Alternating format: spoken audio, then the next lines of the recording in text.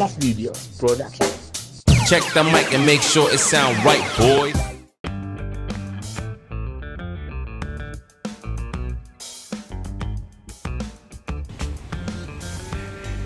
Ito yung setup ng ating Aerox Duxo 2021 model. Naka-give box na siya na bold. Yan yung setup natin sa kanya. At hindigan na natin siya ng plate number na ganyan, file number.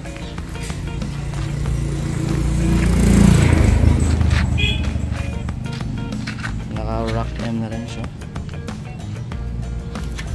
single bolt lang ang kabila.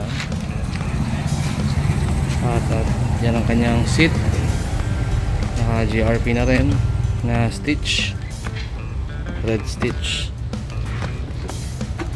Yan ang kanyang loob ng U-box. Ito naman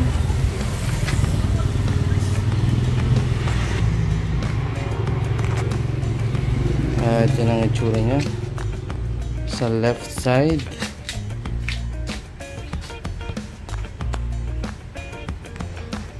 Yan, pogi po yan. Kinabitan na rin natin siya ng windshield for Aerox po yan na Nemo.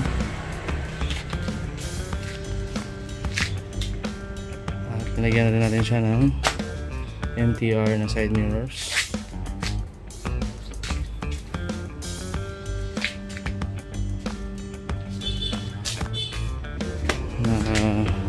Bar ends na rin po siya na red.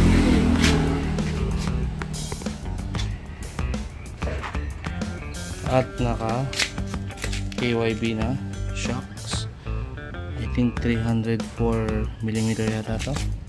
Stock height pa rin. Ayan siya guys, dito sa right angle.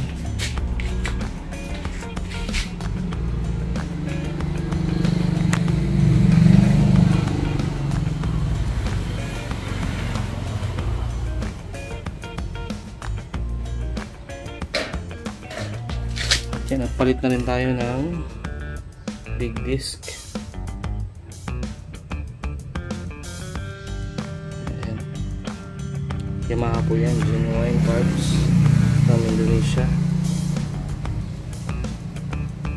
So far so good, okay naman ang kanyang performance, makapit naman. At kinabitan na rin natin siya ng facelift. Hindi naman sabi ng facelift, parang chin lang, chin guard suspension para sa kanyang aerodynamics. Okay, ayan ang itsura niya.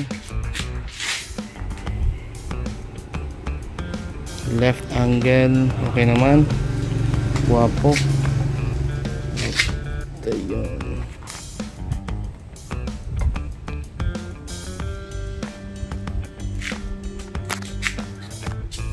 Na-stock po yung makina niyan.